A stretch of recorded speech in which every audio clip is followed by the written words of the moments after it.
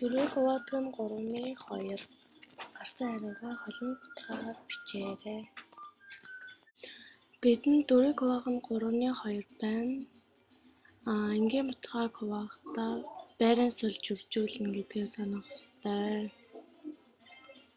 Тэгэхээр 4-ийг үрждэг нь 3-ны 2. Ингээд үржүүлчихье.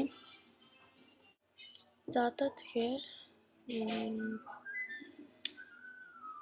4-ийн доор тоо байхгүй, харин хажуу талын үржүүлж байгаа нь 2-ны 3 байгаа учраас 4 маань 1-ний 4 гээд төсөлжээ.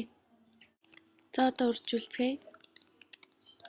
Бид нарын хийж сурснаар харалтай юм тоонуудаа үржүүлчихнэ. 4-ийг 3-аар 1-ийг 2-оор нь үржүүлчихье. Тэгэхээр 4 3-ын 12, 2 1-ийн 2. Одоо 12-ыг 2-т хуваахаар 6 гарна.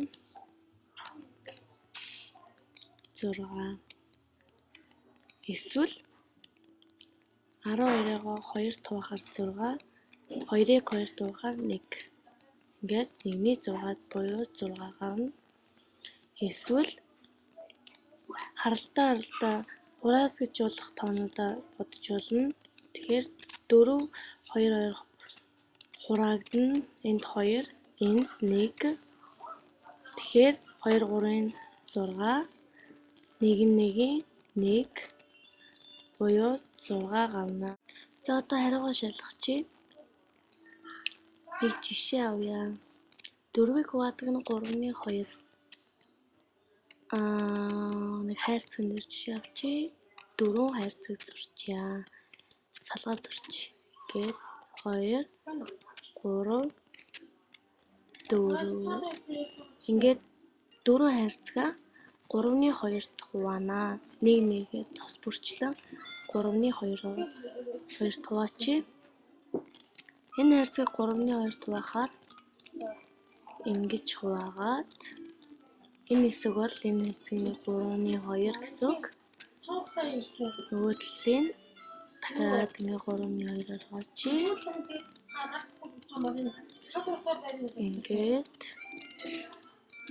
одоо 3 дахь хайрцагаа 3-ны 2-оор хуваана. Одоо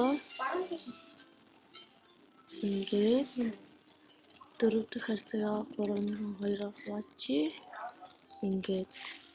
За одоо бидэнд хэд байна? 1 2 3 4 5 6.